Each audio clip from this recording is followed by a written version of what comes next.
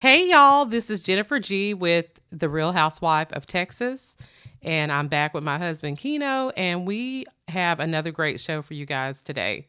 I'm really excited about this one, and I'm gonna dive into the topic here in just a second. But before I go there, I just wanted to make sure that you guys knew. Once again, we want to first of all thank you for listening, the listeners that we do have and the people that have supported this channel so far.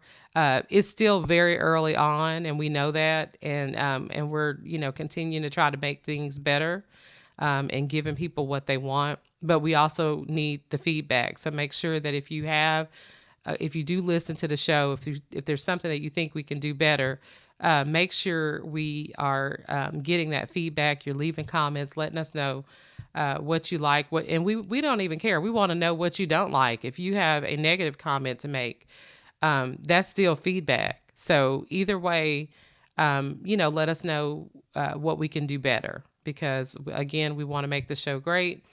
I see a lot of potential for this platform. We do things a little bit different. First of all, one of the differences between our show versus some others that are out there is that I'm actually a real life certified relationship coach. So, and I've worked in the dating industry for many years. And that's my background. I've had my own business within the relationship industry, and so I'm educated in the field, and so I'm just not a person that just gets on here and has a platform where I'm talking. I have credentials behind the work that I do. And so it's really important for me to make sure people understand that, because you do have a lot of people out there with podcasts and stuff like that. These days, everybody has podcasts. I didn't even realize how many people had podcasts. I mean, celebrities are having podcasts. And the thing about it is, some of them are on here, and I'm not even going to get into the ones that I just do not like at all, because there are certain ones that I'm like, why do people even listen to what they have to say? But that's the beauty of being in America. We have the freedom of speech, and so anybody can have a podcast. But not everybody has a podcast with some actual real substance and is bringing some education to the table that allows you to speak on that level, about whatever said subject. So there is a difference, at the end of the day, because you've got somebody with experience who has actually worked with hundreds of people, and coached and had workshops and have worked with people. So, there are actual live people that can come back and come. If I was to bring some of these people that I've worked with, clients of the past, they can let you know, how our sessions went and how things went. So there's credentials there, and that's important to me, because I want to hear from people who have been there, done that, and they're just not just talking out the air. So anyway, today we wanted to and oh, I'm sorry. And by the way, my husband always tells me, make sure that we do mention this, that we're on Spotify and YouTube. Some people like YouTube because, YouTube has been around for so long and it's very familiar. But a lot of people prefer Spotify because they are able to stream this rather than, have to stop down what they're doing. And I prefer that myself when I am listening to podcasts. But sometimes I like to see stuff too. So I will use YouTube. But either way, we're on both platforms. Our social media is on both of those platforms too. If you want to check us out on social media first before you start to become a subscriber, that's perfectly fine. Get to know us that way, because that's why we have that information out there. And both of our pages are open for that reason. So, but anyway, I'm really excited about today's topic. It is something that's being talked about right now. And so, of course, I want to jump on the bandwagon and talk about it too, and give my 2 cents, of course. But just to set this conversation up, what we're talking about today is low functioning versus high functioning people. And this is really interesting because as I went through my course studies to become a life coach, we sort of hit on the subject of what we called rainbow people. And no, rainbow people is not what you think. Rainbow people were people that can sometimes, when you're doing the work with them, divert from the actual reason that we're here today. And so we talked a lot about those type of people because you were going to, sometimes probably run into what's called rainbow people when you're working with clients, because they're here to be helped, but at the same time, parts of them is apprehensive, so they may try to divert from the subject at hand because they as you start to work with them and they realize that they're going to actually have to do some work, they want to divert from it.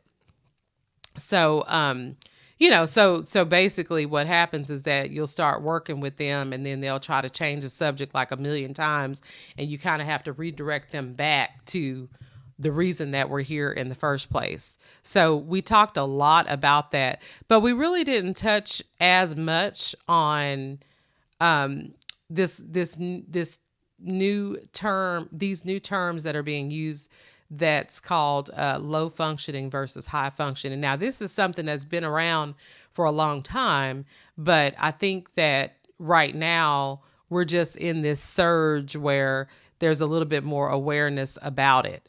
So that's what we're going to be talking about today. And it kind of excites me because there's so much information out there about it.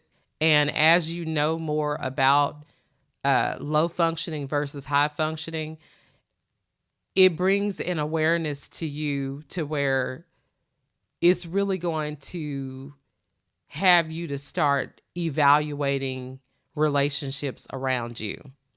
Now, I've already been doing that for quite some time, which is why my circle of friends is very small. I am very particular about the people that I spend my time with. And if you're my friend, that's why, because there's something about you that is amazing. There's qualities that I love, um, you know, and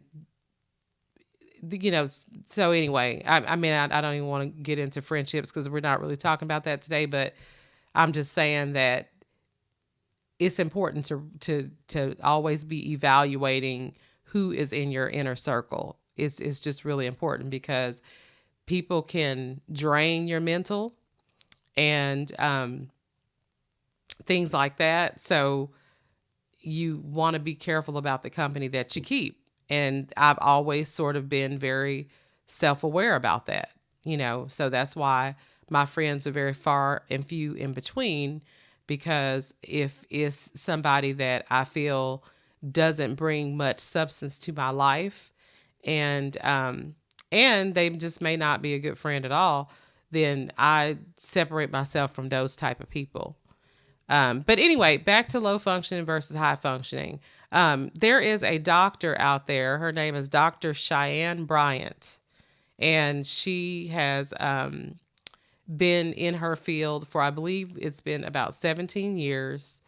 And she's a psychologist. And she has recently been doing a lot of celebrity interviews. And they really want to hear what she has to say because she's very blunt and very to the point, and she has a lot of interesting things to say.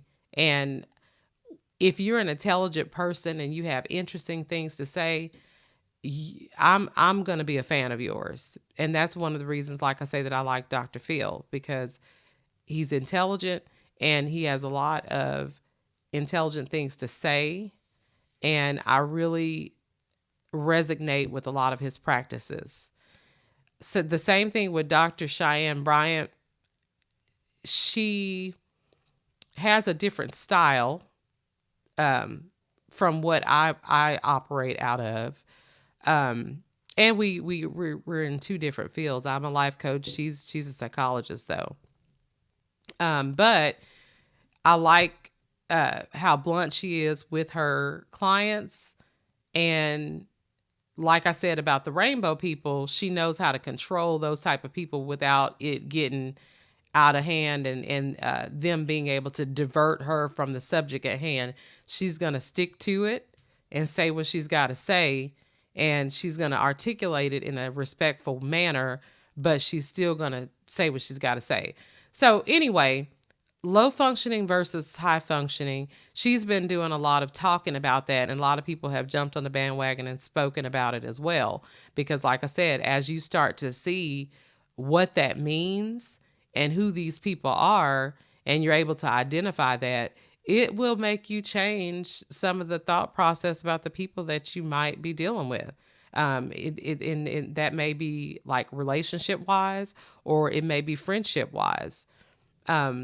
So people ask, what is low functioning versus high functioning?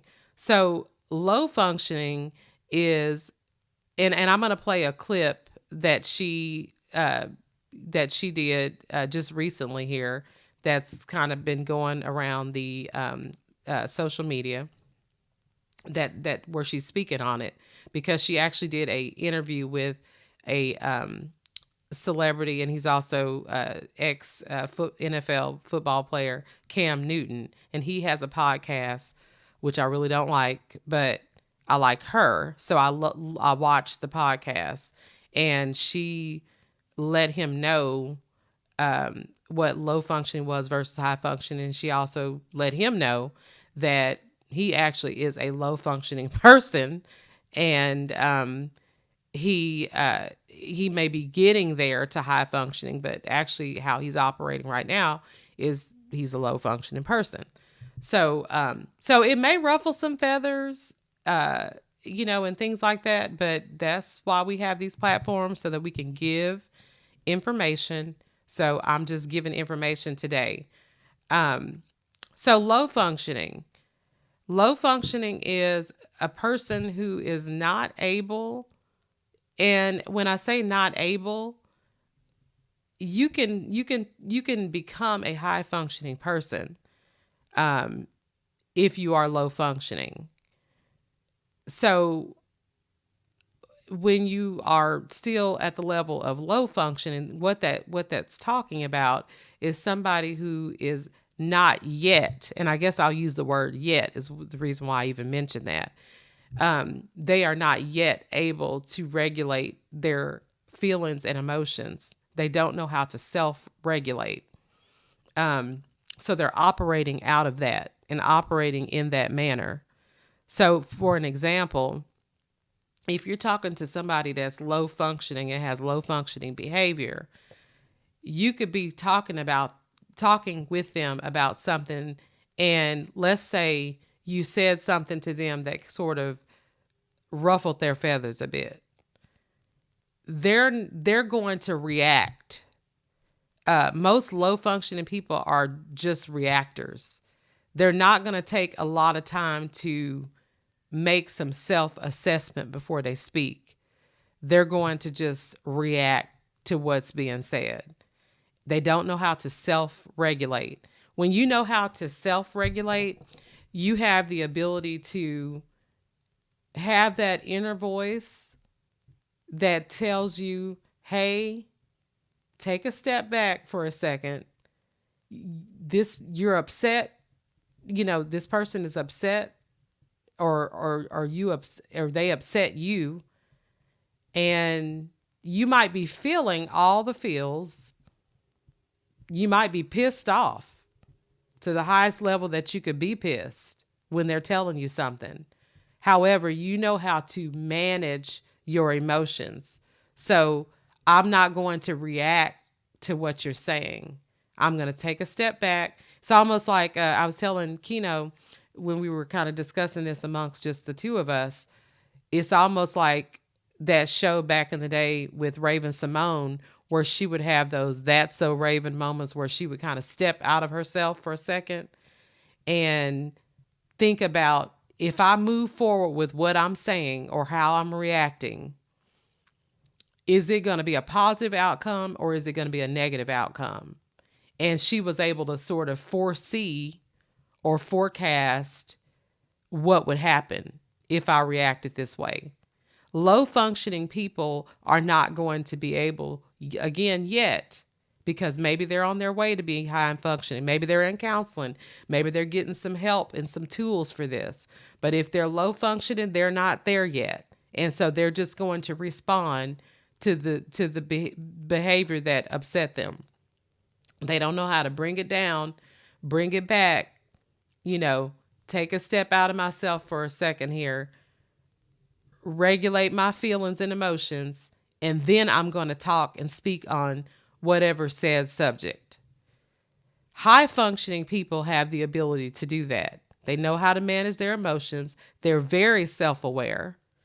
And when they're talking with somebody like that, they're not just going to respond. They're going to step outside of themselves for a second and say, hey, wait a minute. You know, what they're saying is really ruffling my feathers, but you know what? I'm not going to respond to that ignorance. This happens to me a lot, even like when I'm on different forums, because I have different forums that I'm on that I'm a fan of, you know, certain pages and stuff like that. And every now and then I may make a comment about something, you know, relating to the subject that they're talking about. And I'll put my own personal feelings out there about, you know, whatever said subject there is. Sometimes you'll have these people, and obviously it's very obvious to me when it's somebody that is extremely low functioning, because what they do is they react right away to what you've said. And then they, you know, they can sometimes make nasty comments or go off in the comments about these things. And it's just, it's, you know, I just be so taken back by it sometimes that I'm just like, I've even said to people before, you know what I'm not going to do is I'm not going to respond to your ignorance.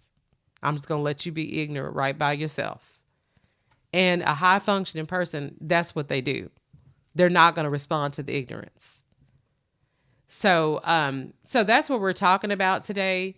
And on the interview that Dr. Cheyenne Bryant did with Cam Newton, she discussed that with him as far as low functioning people versus high functioning people and what their responses are like. And she talked about that. Another thing to know about low functioning versus high functioning is you also use the phrase they know how to handle their emotions. So they have emotional intelligence. And people will ask, you know, what does emotional intelligence mean?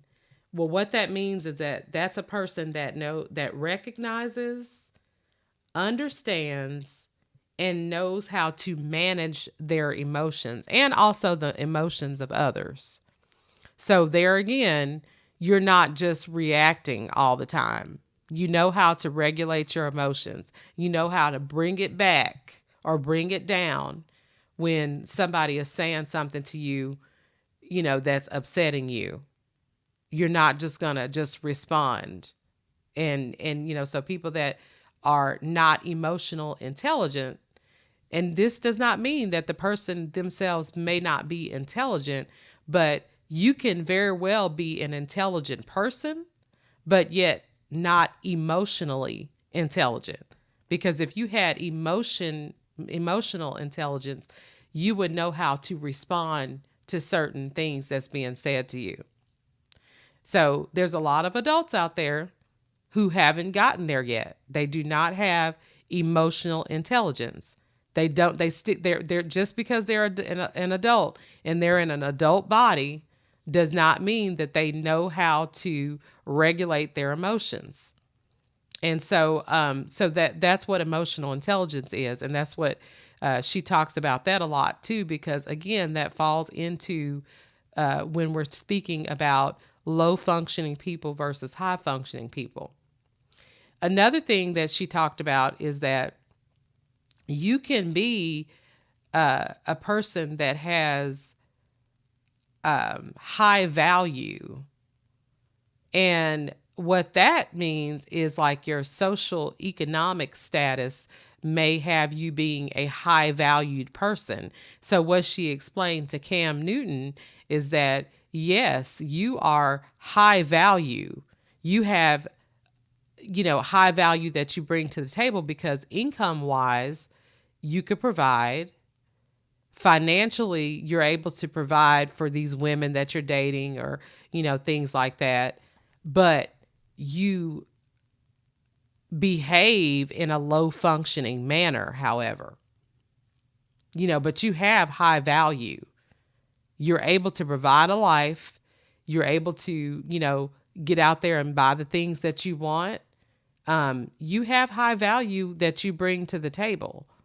But again, your behaviors are low functioning. And that is why you have a lot of people, and there's a lot of people like this. I know so many people like this. I know so many people who have high value, yes. Are they able to drive the BMWs and, are they able to, live in a $500,000 home? Yeah, they've got all that going for themselves. They've made a life for themselves that is definitely something they should be proud of. But they could have low functioning behavior. So what does that allow them to do sometimes? It allows them to choose partners who are extremely low functioning.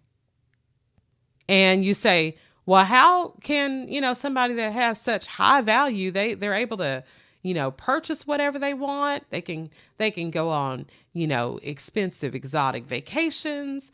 They can, buy whatever they want for themselves. They're not in any kind of financial deficits. How are they dating people that, have such lower standards and things like that? Because a lot of those people who may have high value may be low functioning themselves because they're going to attract what they are. So if they have low functioning behavior themselves, they're going to attract a low functioning person. And that's how you have two people together that sit up and argue the way that they do, and the arguments get out of control. Both of them are, you know, out of control, and they look like 5-year-olds going back and forth with each other because they have low functioning behavior. Neither one of those people, there's a possibility that both of them are not emotionally intelligent. Again, they could be intelligent. So again, you have the high value. You've made a name for yourself, degrees galore. Able, like I said, exotic vacations. You're doing all the things. You're driving the cars that you want. You're doing all the things. However, you find yourself over here in these ratchet situations. Why? Because you're dealing with low functioning people. And why are you continuously attracting low functioning people? Because you are probably low functioning yourself. Now, like I said, can you get to a level? I think Cam even asked Dr. Cheyenne Bryant that question. Can a person that's low functioning become high functioning? Absolutely. But it's going to take some therapy. It's going to take some coaching, probably. It's going to take some tools for them to get there. And you can change from being somebody that's low functioning to now high functioning, but you have to do the work. It's not going to happen overnight. So I'm gonna have Keno chime in on it and tell me what he thinks about it. All right, so I was just sitting there listening to her talk about this whole subject at hand, and for me, when I hear low functioning, I think about the choices that we make. How do we handle, like she's saying, how do we handle ourselves in situations? How do we operate just in general? And yes, like she said, we have plenty of examples of people, that we've encountered. I'll say that much without throwing anybody out there. Um, So low functioning, just to me, when I think about it, yes, it does go back to how we respond in situations. I myself will throw myself out there and just say, for an example, I was low functioning only because of my upbringing and being in certain environments. You basically become a magnet to the environment. So you attract what's in your environment. So you don't know what it looks like to be on the outside. You don't know what it looks like to operate or function differently until you're in different environments, until you're in different rooms. So I was more prone to seeing people make poor choices, get upset quickly, live their life recklessly, make decisions that ultimately affected everybody in the room.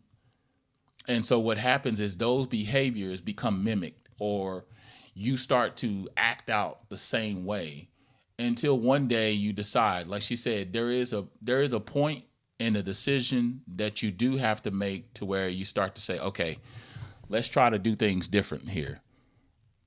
Because getting upset or getting defensive or raging out over certain things is not going to be the results that you're truly looking for. Because really, what I noticed from being on the other side of being in low functioning behavior is that the person truly just wants to be understood, but they have not mastered effective communication.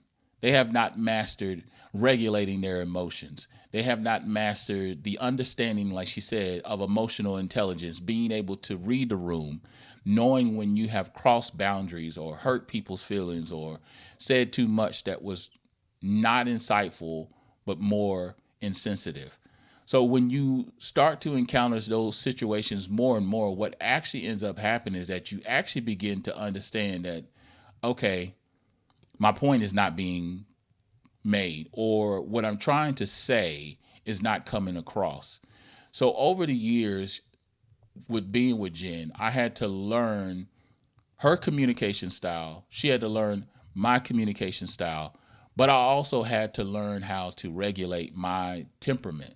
And so what I did ultimately, yes, because of my childhood, being in violent situations, it made me live on edge as far as being on, tense and not realizing that actually I'm in a place where, or I'm living in places now that's safe. I don't have to be defensive. I don't have to get triggered to being upset so quickly. With the proper therapy and counseling and anger management, I begin to learn you actually have to allow what is being said to be processed first before you respond. That is effective in itself. That's emotional intelligence. That's moving out of the spectrum of low functioning behavior. It's almost like, unfortunately, and just understand the analogy. It's like how apes or monkeys operate. They just do whatever. If they're pissed off, they're gonna fight, or they're gonna fling their feces, or they're gonna do something that is not normally receivable behavior. If you look around, you'll notice that you'll see the calm, chill ape he's probably the leader of the pack. And meanwhile, all the other ones are running around and acting like they have no control. Yeah, And that so is a good analogy. with that, you begin to learn, and this is also development within your own psyche, because if you don't come to, like she said, yes, my value in society was high. Mm-hmm. My functioning was low because I was already, when we met, I was already working on my certification in information technology. A lot of people didn't even know what the heck that was. They was like, what is that? How does that even begin to work? So my value, my intellect was already there. It just needed to be tapped into other areas. I was telling her earlier, before we even had this conversation, I was telling Jen, I said, we have to have balance. I have to have balance in my life as a husband, as a father, as a grandfather, as a son-in-law and many other things like a coworker and stuff like that, because those things can't spill over. If each of those glasses are sitting next to each other, you can only put so much into each cup. But you want to try to regulate those things as much as possible. So I don't give my wife attitude just because my day was bad. That's not functioning in a normal way, because she has been doing her own thing, and the last thing she needs is attitude from me. She needs me to effectively communicate to her today. Today was a little bit rough. I had some colleagues who were trying to assist, but the client was very difficult. Even having this conversation now, I had an example this week. I had a doctor who was not pleased because I have many hats at my job.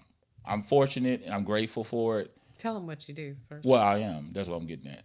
So I'm a server admin. So I also work with servers, but my primary job is onboarding, and that's bringing in new clients. But it kind of goes hand in hand with my background in software engineering, because I also switched them over from one old software program that they may be using to a new one. Well, as you already know, some people embrace change with open arms, and some people, they will kick, scream, pat, and tell you how much they do not like it. So this lady, this doctor, she basically had disdain about the whole idea. So the whole time she's questioning my intellect as far as my understanding about the product. She's questioning, why do we even have to move over to this product? She's just going on and on. And so I had to sit there and let those thoughts go. As far as what she's saying, I always say this to myself. What they say right now, or whatever they're saying, has no bearings over who I am. Because if we start allowing ourselves into that space, that's where the attitude begins to happen. That's why we start to try to match their tone instead of having them match our tone. So what I had to do with the doctor is that I just had to do a lot of self-talk. And self-talk actually, like she said, regulates your mood, allows you to stay at that low vibration where your voice, where your temperament, where your ego is pushed to the side. And you're saying, you know what? I'm taking all these things out of the equation that's not going to be effective. So I'm saying all this to say that when you go from a place of low functioning behavior, you will find yourself cussing out your superior, and to a point where you look back on those things with embarrassment. And I've been in those spaces. I've been in that place. That was when I was 25. I'm 45 now. I can look back on those things, embarrassment, but I can also look at those things with understanding of, this is all I had to work with. I came from a place where I wasn't shown, hey, if you are pushed against the corner, how do you how do you operate? What's your response? Learning how to respond in those situations with the proper tools, which is what I was given. And you will hear us mention therapy and counseling time and time again, because for people like myself who weren't given those tools by your parents or by your elders, you don't know how to operate. So you operate the best way you know how, which usually is not the best. So counseling, therapy, they begin to give me those proper tools. Hey, people that have short tempers or burst out and yelling, they immediately say everything that they're thinking without reason or cause. They don't care. Even if you don't sound intelligent in the moment, you don't care. You're like, oh, I'm telling you what I need to tell you. Well, one of my counselors, I'll never forget him, which is Dan. He was not only my therapist, but he was my anger management specialist as well. He was very versatile with handling people with my type of background. And he said, the first thing you have to do is say, hey, listen to what they have to say. Second thing, allow those thoughts to be said, but process what was being said. Because all this time while you are allowing these things to happen, you're not saying anything. Because if you jump, people with anger, short temper, we respond first, and then we be like, wait a minute. Did she really say, or did he really say what I think she said? Well, you don't have no time because you've already responded. So he taught me effective steps, breathing techniques and stuff like that to reason. Now, truth be told, the tools were exceptional at the time, but they weren't being utilized right away. But I did over time as I got older, I started realizing that. And I may have already said this on the podcast, but I took it to the next level of just wanting to become, not even knowing it, it may have been a subconscious thing. I wanted to be a more high functioning person because I knew the value I had. I knew I was intelligent. I knew I wanted to be a software engineer. I knew I wanted to have a successful life with a wife and kids and stuff like that and provide and take care of them. So that side was taken care of because I already had been pressing towards those things since I was 14. That was not a question. But my functioning, the anger and the outbursts and the quick temper and the defensiveness and not truly understanding what people's true intentions were. Like a lot of people were just telling me stuff out of love and respect that they have for me. And I was going off on those very people. So I learned how to be more lenient towards people, show people more grace, show people a little bit more mercy, understand where they're coming from. Even if I didn't agree with what they said, allowing those thoughts to be said anyway, and most of the times without any interruption. So it, all in all, that's how you like she's saying, when you're looking at people that are low functioning, but they're high value, it's because they never dealt with the old, what I call anchors, those things that are setbacks, things that are potentially holding you back, and to the point where it can affect your value as well. And so people will look at you, coworkers will look at you. That's why they get mad when you succeed or elevate, or when you decide to make a change out of nowhere, you decide to leave that little town that you've been living in. Not that there's nothing wrong with a small town. I love small towns. I actually want to live on a farm. But that's beside the point. So those type of things will become clear to you when you start moving, operating, functioning in a different way. You're like, wow, this stuff doesn't even bother me anymore. Wow, after being diagnosed with PTSD because of trauma, wow, I can actually sit in a room, not have anxiety, not have a panic attack, not be afraid of something bad happening, which is all the things that I experienced, not only as a child, but as a teen and as an adult, but then learning to understand and take or grab a hold of those feelings and emotions to where now when I talk with somebody, if they've offended me, I'm not going to get in a rage about it. I'm going to tell them, hey, with all due respect, when you said that, you hurt my feelings. Or all due respect, I don't really think you thought about what you were going to say, and you said it without any cause or without any pause and not respecting me. So. And that's the thing. You learn how to articulate your feelings. And again, that's what Dr. Cheyenne Bryant talked about. And the reason that I like her and I have so much respect for her, and I find, and that's what I find myself having respect for the people who are down to earth, who have these credentials. They've done the work. They have the education. So they're down to earth, but in their studies, they've either developed these phenomenal, what am I wanting to say here?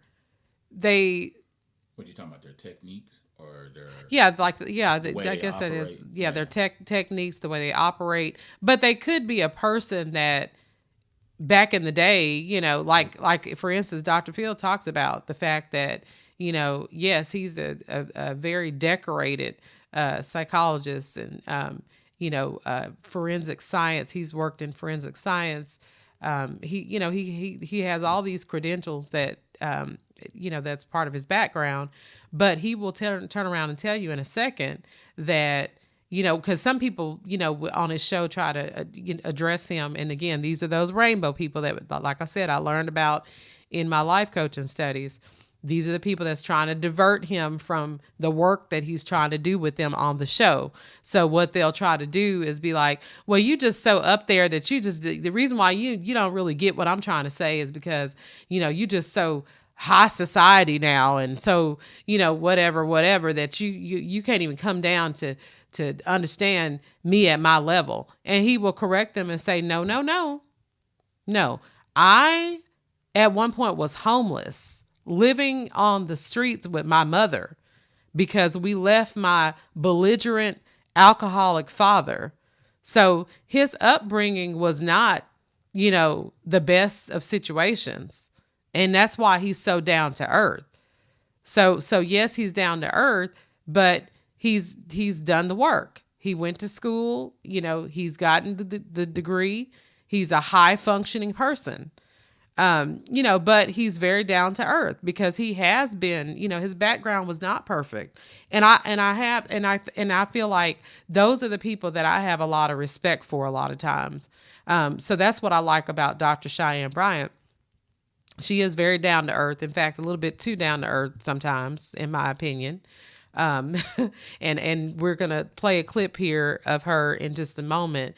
But like I said, it's, respectfully, I do feel she's a little too down to earth because I don't know. I just feel like as a professional, probably shouldn't be using as much profanity and things like that when you're working with people. But maybe she feels like that's, me keeping it real, or I'm not really sure.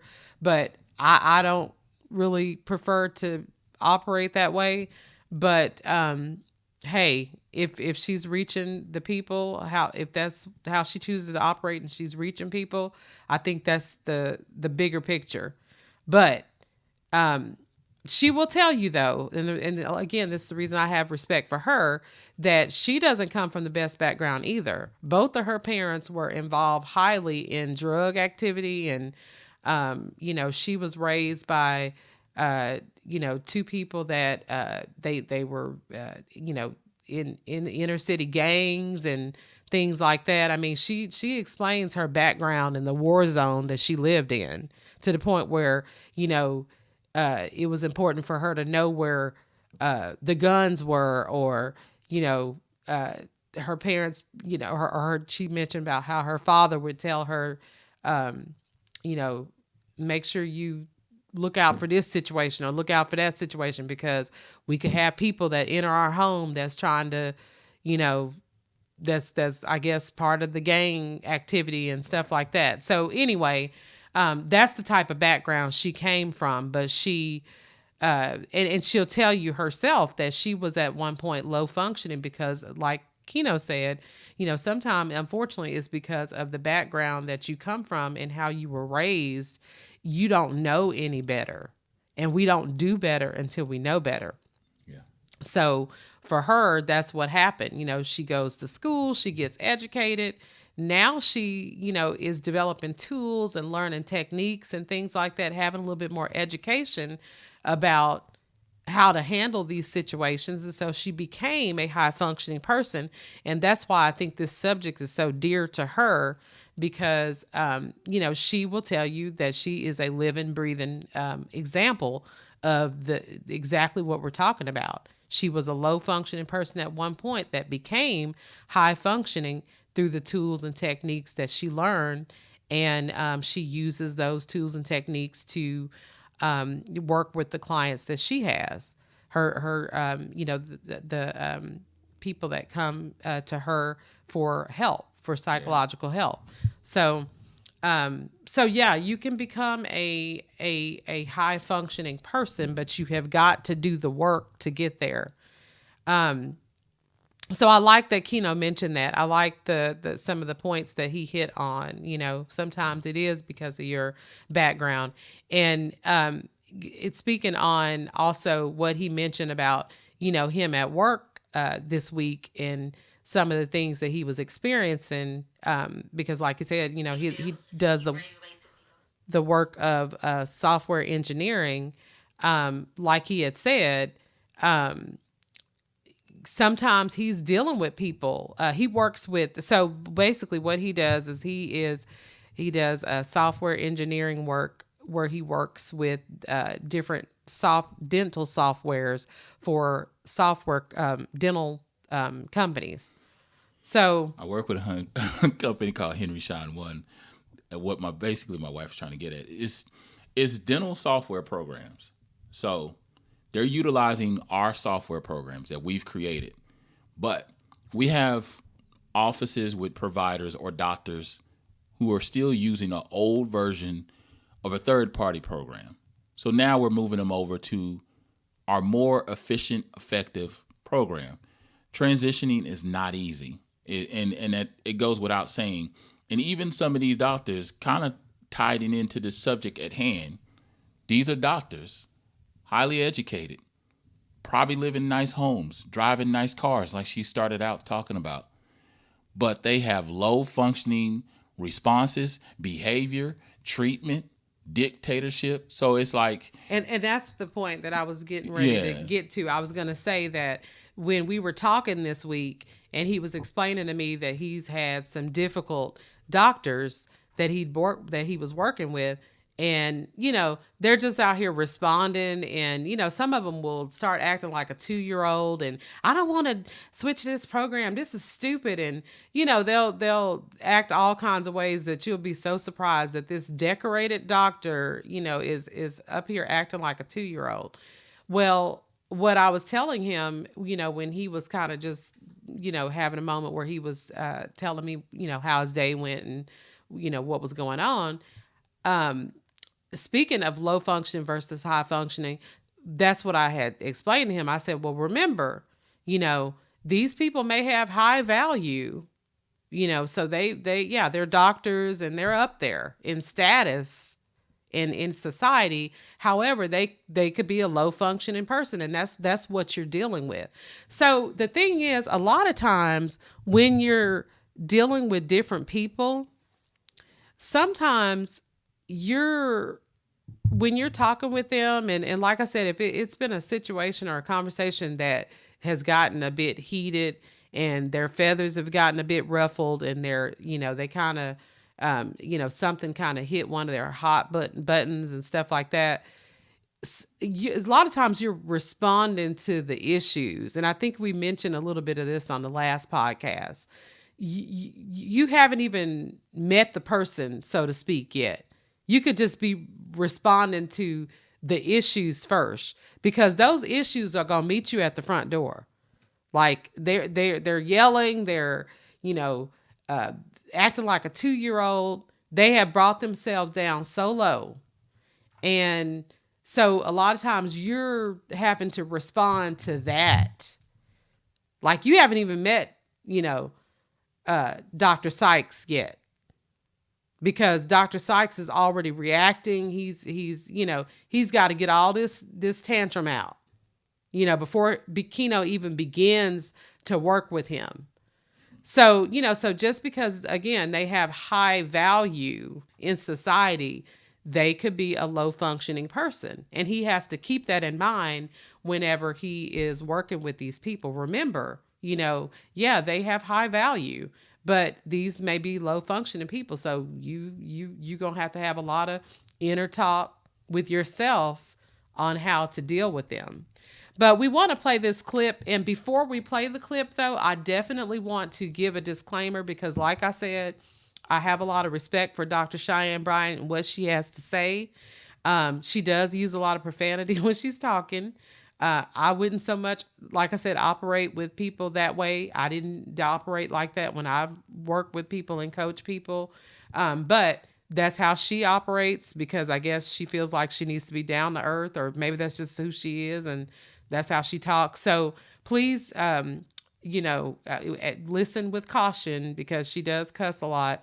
But I want you to listen to her addressing the low functioning versus high functioning, and letting Cam know, what that means, because he had some good questions that he asked her in the midst of that. So we're going to play that clip real quick.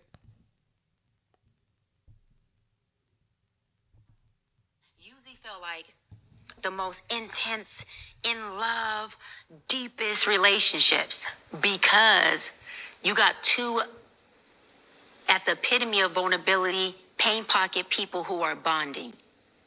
And most people who are low functioning are exactly who they are. Exactly who they are. Doesn't make it bad for being who they are. Exactly who they are. They're going to do whatever comes up. Right? Fuck it, I'm mad. Whatever comes up, they there. There's no awareness. There's no stop. There's no nothing. I'm triggered. I'm inflamed. We just go to tear this thing up. Right? High functioning only means, Cam, that I feel them same feels. I still feel, see my language, you got me fucked up. I'm ready to go there. I'm flamed. I'm triggered. It's all there, right? But it's still dormant. It's still in me. And high functioning means I regulate those emotions. Watch this and say, okay, right now I'm ready to rip this man's head off. Right now he got me all the way fucked up. Okay, so how do I relay that message to him where it's going to be respectful, it's going to be non-combative, and I'm going to disarm him while he still knows you got me fucked up? Because I don't have to say those words for you to know I think I went too far with Doc. And you still feel respected and loved so that I just disarmed you and we can still have an engaging, emotionally intelligent conversation that ends in resolve, whether resolve means win-win, because resolve is really win-win, or one person wins or none and we agree to disagree and we can still go to the cigar lounge and have a drink and you have your cigar. But low-functioning people going to tear this thing up with no emotional regulation. Yeah. They're also going to choose a person who does it with them and allows them to do it. Yes. Because I only can do to you what you allow me to do. Because if I start cutting up in here and you say, Doc, we love you, love to have you here, but you got to go and you're not welcome back. Because no pun intended, that's not our culture here. Guess what? I can't do that again. And that's not called fleeing. You emotionally, intelligently said, Doc, love you here. You're a great guest, but that's not our culture. We don't do that here. Now I have a choice to make. Do I want to be in relationship with Cam? Do I want to be welcome back here? Self-inventory. You just did me the best favor you could have ever did. By excusing me, you blessed me. Because now I got to look at myself and say, what needs to be for me to fit in this? Now let's flip it. I'm a dude who's turned up. He's a womanizer. He got all these women. He spent money on me. He treat me good. And what you said earlier, he D's me down. You didn't say you would D me down, but use the D word, clarity. He D's me down. And so I come in and I tell him, no, I'm not a woman. I'm like wholesome. I'm not into casual sex. I don't do all that, but I'm in love with him. And he lets me know, check this out, baby. Daddy love you. There's a place for you here. But not like that. You got to be able to do these things. Check back in when you can. That woman has a choice to make too. She goes and takes self-inventory and says, do I want to do these things so I can fit in with daddy? Or do I want to stay true to who I am? Either way, it's a choice. But high-functioning people have the ability to take a step back internally, process what they feel, hear their emotions in the real space that they're saying, because my emotions curse people out and things all day. But I regulate it, code switch it, deliver the message so you're receptive to it and you feel it with love, but I'm saying the same damn thing I was saying in here. And now we have a relationship. Now we have respect. Low-functioning woman feels she does two things differently. High-functioning woman can regulate her emotions to articulate it so it comes out with emotional intelligence. Okay. And she uses what she feels, and chooses with her healthy self and not her dysfunctional self. Okay. That's the only difference. Now, explain to me what a high-functioning man is. It goes off after that. Yeah. So like I said, she hits a lot of great points and she breaks down what a low-functioning person is versus a high-functioning person. And notice that she talks about how a lot of times a low-functioning person will attract another low-functioning person. Because if they're low-functioning, they don't have those tools yet, right? So that's why they aren't attracting high-functioning people. Because there's something, within you you're still low-functioning. So you don't have the ability to attract the high-functioning people. because you don't have those tools. I was gonna say, I told Jen earlier. I was watching a clip yesterday, and because I told her, I said I share some of the same frustrations as a lot of people when women will say there's no good men out here, or men will say there's no good women out here. That's not the truth. So the lady was like, there's no good men out here, and he said no. What it is that you're not hitting their radar.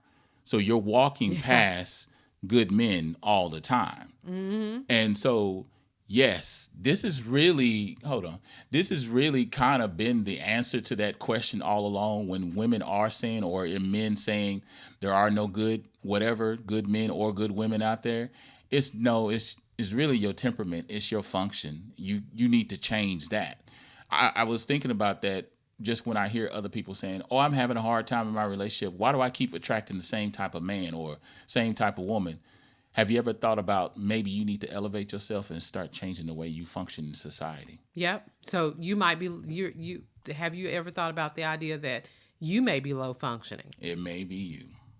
That's why you're attracting these type of men. And I have to ask myself that sometime too, when I'm talking with, friends or people who are sharing with me, the type of people that they're dating, and they're wondering why, I keep attracting these type of people.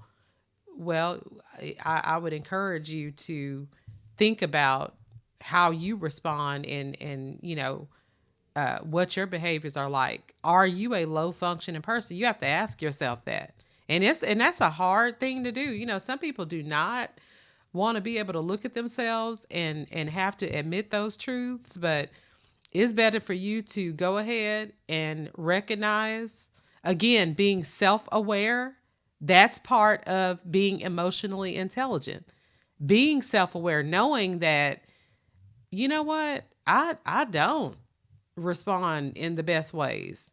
And as these men be out here, and I'm just speaking, saying men, because I'm thinking from a woman's perspective at the moment, as these men be out here, and I'm dating these men, and they yelling to the highest level, and acting a fool with me, tearing it up, like she said, and I'm responding right back that way. Right.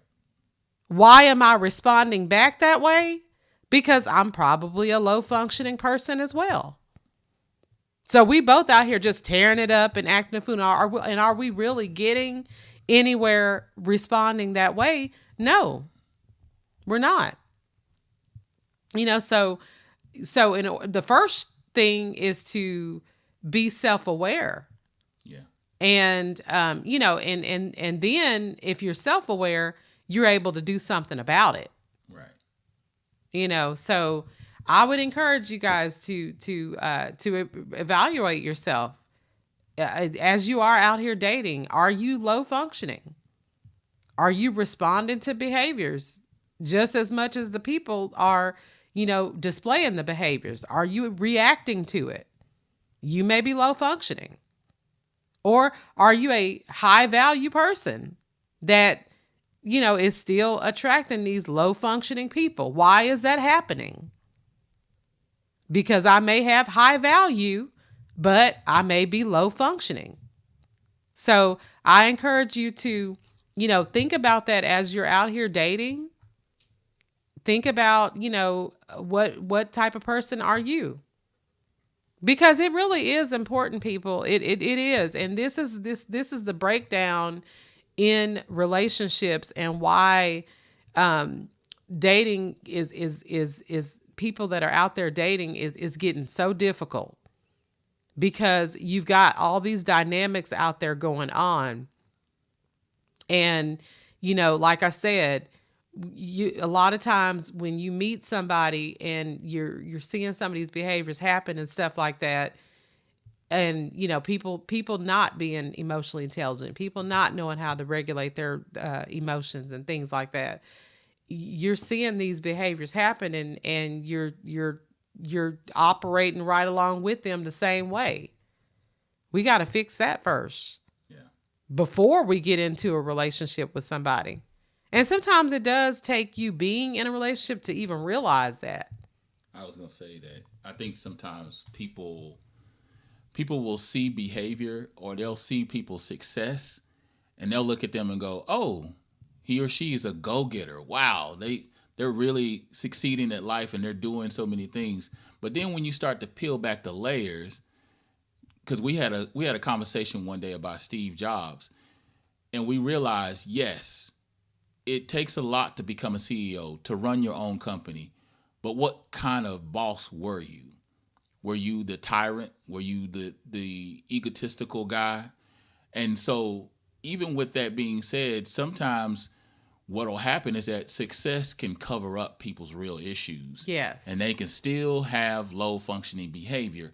So, even though he was a CEO, even though he came up with the idea of Apple and everything, and it was great, and it turned into a multi-billion-dollar company, at the end of the day, people hated his guts because he was horrible at times. And that was because he was only operating with the tools that he had. So I would see, even with superiors that I've had over the years, I could tell those who knew how to have that effective touch to get the best out of their people in their group, whether it was my superior, whether it was my manager. You can get it. It doesn't take all that to run a team. It doesn't take for you to be a brute, or it doesn't take for you to be blunt and rude and have an ego. People think that, oh, he's a go-getter and he's great and he's an alpha. And it's like, no, a lot of that is ego driven. And a lot of that really needs to be self-analyzed. Why do you feel like you need to operate like that in order to be successful? It's because you came up a certain way.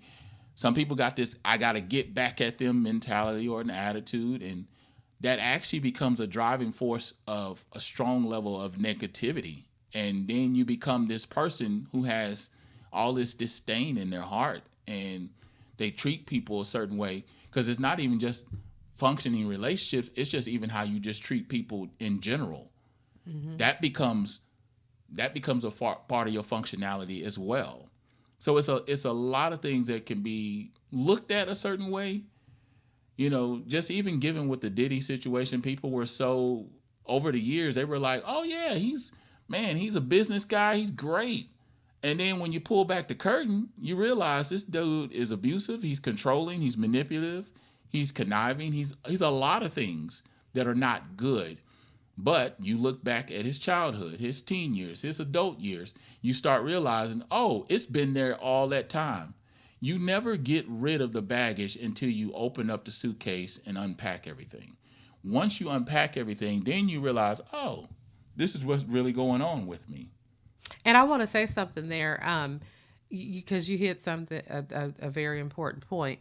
You know, like we're talking about, we're not just talking about romantic relationships in people that are low functioning or high functioning in relationships as far as just romantic. This could be, like we were speaking of earlier, this could very well be somebody that's on your job. It could be your supervisor, like what Keno's saying. I'm gonna give you an example of that. I had a supervisor one time, clearly low functioning behavior, love her to death, but clearly low functioning behavior.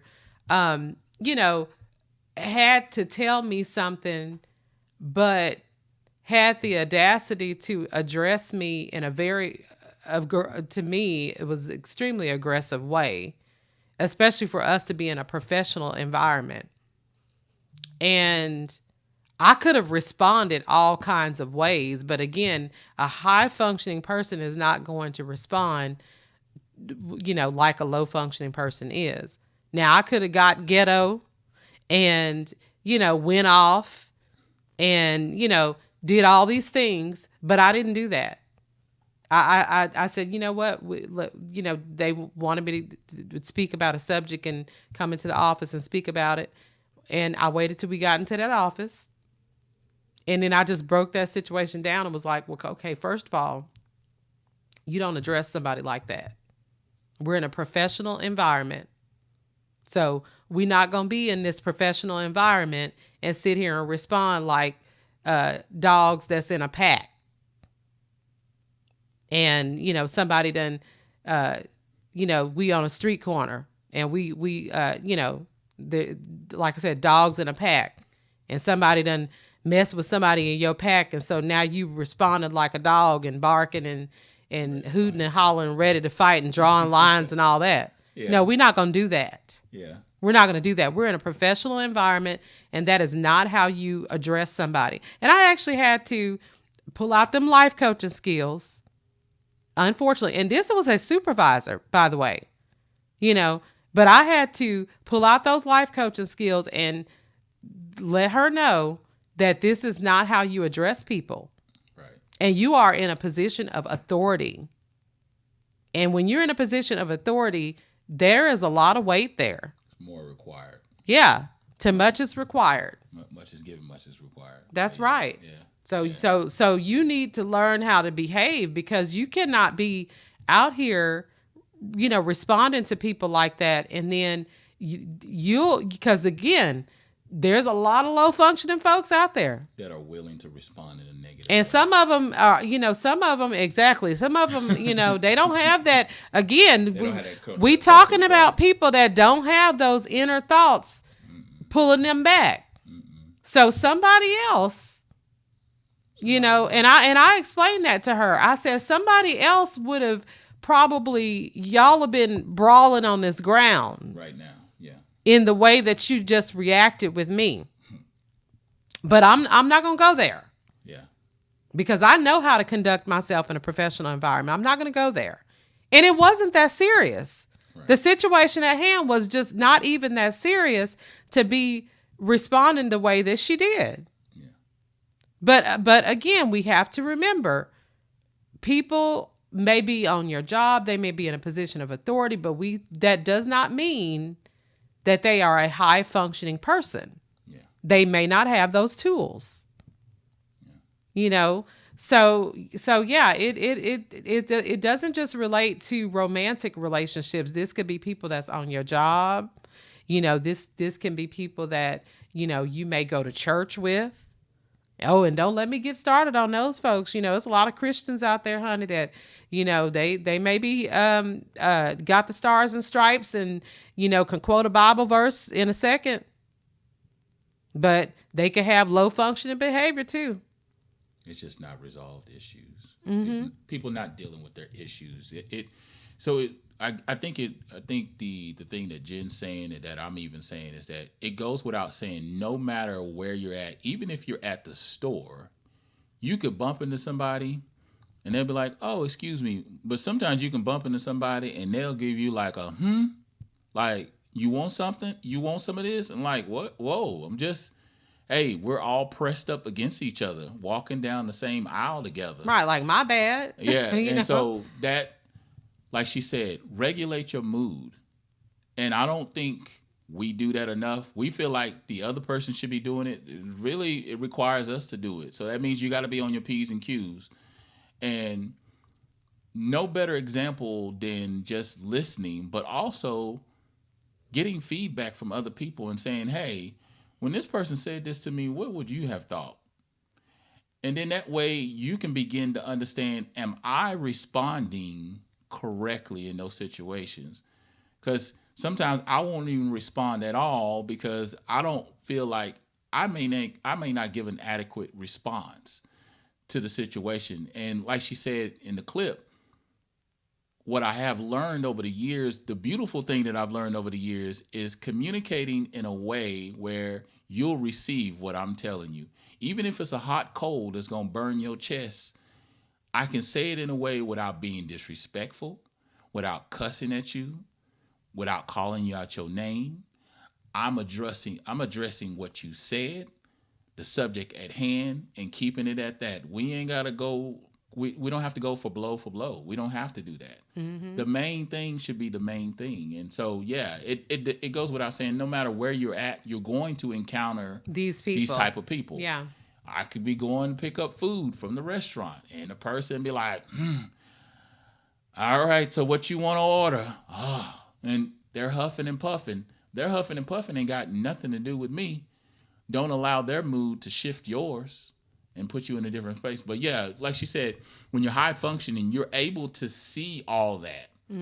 You're Foresee it. You're able to foresee it, see it coming, know it's happening, and be able to regulate your mood exactly in the moment. Like, oh, you didn't have one too many drinks today, and so that's why now you telling us your true feelings. Or, oh, you acting a little extra. I'm gonna let you act a little extra, but I am going to call out your extra behavior and saying, hey, I hope you know you're acting a little extra today. I'm gonna let a little bit of that slide, but I'm just addressing it. So then when we have a discussion about this later on, you won't be like, oh my God, I don't know what you're talking about. You remember when I told you acting a little extra? And that's another thing that you said that's good that I want to jump in and interject real quick and say something to that. You're absolutely right. That's another thing we need to keep in mind too. We're not saying that you can't give a response. It's how you're responding. So that's what separates the high functioning from the low functioning. How you're responding. Yeah. So what that means is that if somebody just says something to you that, maybe it did ruffle your feathers and maybe you didn't appreciate it, just like I said with that supervisor. How did I respond though? How are you articulating what you need to convey to that person? Doesn't mean that you go around and let people just say what they want to say to you and you don't say nothing. That's not what we're saying here. You can still get your point across, but how are you getting your point across? Yeah. Are you acting like, a junkyard dog when you respond? Or are you responding with some, again, emotional intelligence? Yeah. And speaking on a level where the person can actually receive what you're saying. Because when you're acting a fool and the fool is coming out, ain't nobody gonna respond to that. No. Except for a low functioning person. Yeah. But a high functioning person, they're not gonna respond to that. Yeah. They're gonna respectfully say, you know what? I'm gonna let you do all that. And they may even tell you, I'll come back to you when you are, in a better position to talk to me. And that's what you'll start to do too. People that are high functioning, they'll put up some boundaries. Because I've had to do that with people too. You know what? I'm not going to respond to you right now. I'll talk to you when you're doing better. So give me a call when you feel better about the situation or you got a better way to respond. Let's talk then. Right. Because I'm not even going to respond to all this that you got going on right now. So anyway, I hope you guys have enjoyed this conversation. We certainly enjoyed talking about it. And then also, as we were doing research, learning more about the subject as well. And I would encourage you, like I said, to evaluate some of these relationships that you have around you and, decide what kind of people they are. And if it's somebody that you don't want to be dealing with or, it's too much on your mental to be in this relationship with this person, whether it's romantic or it's just somebody that is in your inner circle, you don't have to do it. We are too grown. We don't have to do it. So, I would just encourage you to look at those relationships and, and if you do decide that you feel like you are somebody that is a low functioning person, then you may want to, seek some counsel or therapy, get you a life coach. That's somebody that's going to work with you. But here's what I'm gonna tell you about if you get a life coach. Life coaches are different from therapists. I don't have the credentials that a therapist has. So a therapist, but I refer people who may come to me for coaching if I feel like they need therapy first. Because when you show up to speak with a life coach, you better be ready to do some work, because we're not just going to sit here and work with you on the why. That's what the therapist does. They're going to work with you on the why. The life coach is going to say, okay, so what are we going to do about it moving forward? We help you to move forward. That's why a life coach's our mascot is a compass, because we help you find direction, help you to learn to move forward. Whether it's moving forward in this romantic relationship or moving forward in this relationship with your mother or, whatever it is, we figure out what ways are we going to move forward. So you better be ready to do the work if you show up to speak with a life coach. But if you still need to go back and work on the why and find out why are you even wired like this, that's where you're going to seek a therapist. So anyway, like I said, I hope you enjoyed this conversation today. Again, we certainly enjoyed talking about it. And we talked about earlier where you can find us at with more conversations like this. We like to definitely have conversations that are in depth and thought-provoking and things like that. So again, you can find us on our social media pages. We are on Spotify, YouTube. Check us out. I do also want to say something exciting. I hope everybody has a great week going forward. We're really excited about our week coming forward because we'll be going on the Dr. Phil show. And like I said, he is a longtime mentor of mine. So I'm really excited to, be a part of the audience. And we'll be doing 2 tapings. So I'm not sure when these shows are going to air. They're going to let us know more information when we go. But I will be sure to share that information with you guys once I know when that will be. But yeah, we'll get a chance to film actual 2 tapings of 2 different shows on that day. So it's going to be a long day for us, but we're really, really excited about it. But thank you so much for listening, guys. Again, I hope you have a great week going forward. Challenge yourself to evaluate these relationships around you and know that you can set boundaries and know that you can shed some of them if they're not for you anymore. But have a great week, and thank you for listening once again, and peace be with you.